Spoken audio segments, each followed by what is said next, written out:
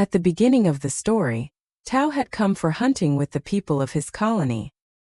He ordered all his companions to get ready for the hunt. This time their prey was a herd of wild buffaloes. Tao and the people of the colony attacked the wild buffaloes together. The wild buffaloes started moving towards them to defend themselves. All the men simultaneously threw their spears towards them, due to which the buffaloes started running in the opposite direction. There was a deep ditch there. All the wild buffaloes started jumping into it. Everything was going according to Tao's plan. Then a wild buffalo started running towards a boy named Keita. This was Keita's first hunt. Due to lack of experience, he started running away from the buffalo in fear. The buffalo came from behind and hit him, due to which he fell on the ground. The buffalo again turned around and started running towards Keita, and after grabbing him, started running towards the ditch. Tao attacked the wild buffalo from behind, but the buffalo jumped into the ditch. Tao and his companions immediately ran towards the ditch to save Keita. There they saw that Keita was hanging from a stone. He fell down because his hand slipped. Keita fell down on a big rock and fainted. Keita was Tao's son. That's why Tao wanted to go down and save Keita. His companions stopped him from doing so. It was night here. Tao believed that maybe his son could be saved. That's why he was sitting there and calling Keita. Being the head of the village, he could not stay there for long because he had to reach the village with food before the snow fell. The next morning Tao decided to leave from there after performing the last prayers for Keita. Keita had not regained consciousness till now. An eagle saw Keita and reached near him. As soon as it moved forward to eat the insect, he regained consciousness immediately. He caught the eagle in one go and pushed it away from himself. Keita became very scared after finding him present on that rock. He started shouting Tao's name loudly for help. He realized that there was no one there to help him. That is why he decided to climb down by hanging.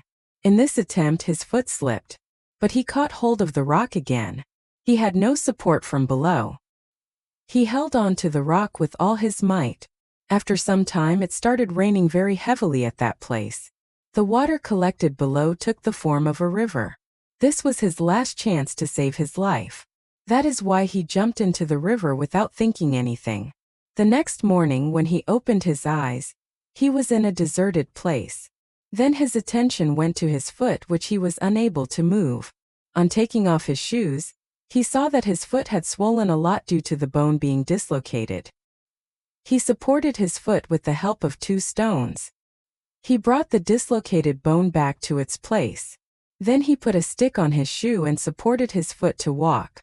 Keita wanted to go to his companions. That is why he decided to go to the top of the hill where he saw the stones that Tao had used for worship. Keita broke down after seeing them. Then he heard some sound. When he looked carefully, he saw a group of wolves. Keita started running away. But the wolves soon came very close to him. To escape from them, he decided to climb a dry tree. Meanwhile, a wolf caught his leg. Keita immediately took out his knife and killed that wolf. His companions were still standing under that tree. That is why Keita decided to stay on the same tree till they left. He had to spend the whole night on that tree. The next morning when he woke up, he saw that the wolves had left the place, leaving their injured companion there. Keita tied his knife to a piece of wood and made a weapon. He went to the injured wolf to kill him. Seeing him in such a wounded condition, Keita's heart melted. He decided to spare the life of this wolf. For his own safety, he tied the wolf's mouth with the help of a rope and lifted him on his shoulder and walked towards a cave. They somehow spent the night there. The next morning, Keita was plucking herbs and applying them on his injury. Then the wolf opened the rope tied around his mouth. Despite seeing this, Keita remained calm. After a while, he tried to give water to the wolf. The wolf was scaring Keita by showing his teeth. Keita still tried to give him water. Seeing this behavior of Keita, the wolf also calmed down. After which he drank the water given by Keita. Keita was very happy to see this. Keita removed the insects stuck on the wolf's injury and gave them to the wolf to eat. They need to hunt to stay alive. To fulfill his needs, he hunted a rabbit the next day. He was trying to light a fire to cook it. Then the wolf tried to snatch the rabbit from him. He scared the wolf and pushed him back, and to show his strength, he started chewing the rabbit lying on the ground with his teeth. Seeing this, the wolf sat quietly at his place. That night, Kata ate food after many days. On the other hand, the wolf was quietly watching Kata. So Kata gave him food too. But he told the wolf that he needed Kata's permission to eat the food. After resting for a few days, Kata decided to go back to his home before the snow fell. But he could not take the wolf with him.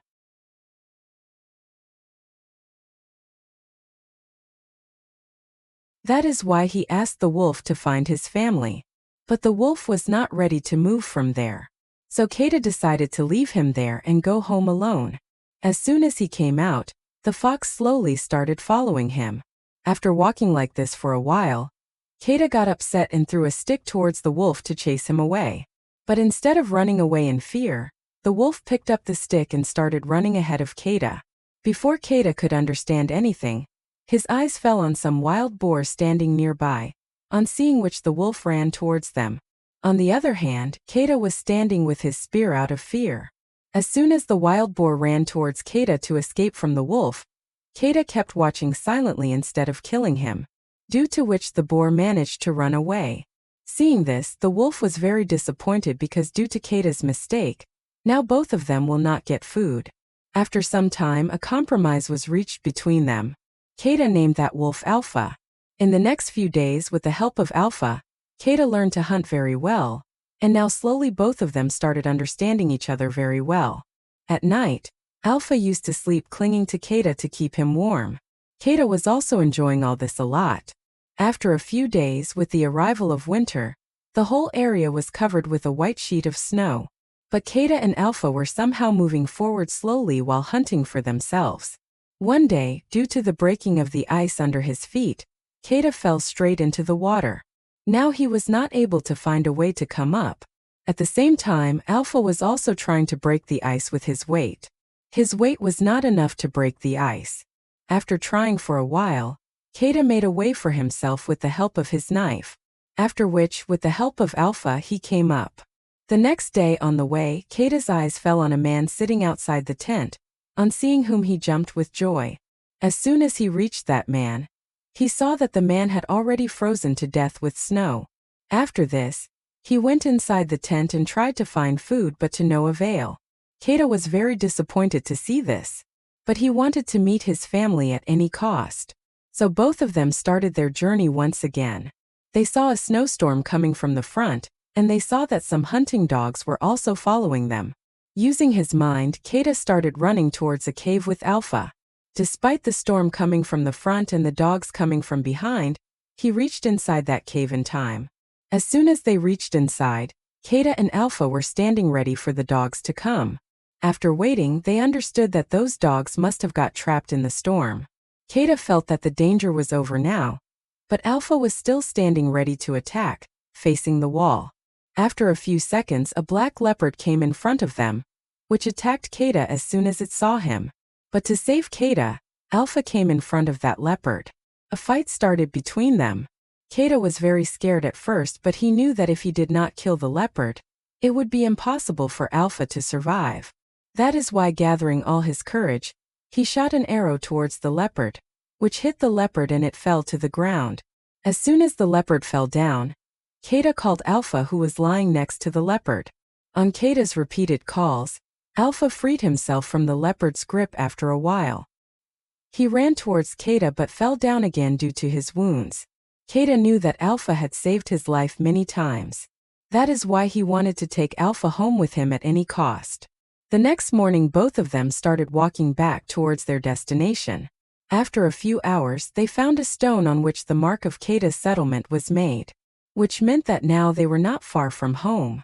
Due to the wounds, Alpha's steps were becoming weak, and after a while he fell down. Kata wanted Alpha to reach home with him somehow, but seeing Alpha's face, he understood that now Alpha cannot walk on his feet. That is why he decided to carry Alpha on his hands and move forward. After which he kept walking like this throughout the night, and the next day also he crossed many mountains relying on his courage. Finally, reaching a place, Kata saw his settlement. He took Alpha in his hands and reached directly near that settlement. As soon as he reached there, he fell down. Tao was very surprised to see Keita alive in front of him. He immediately caught his son.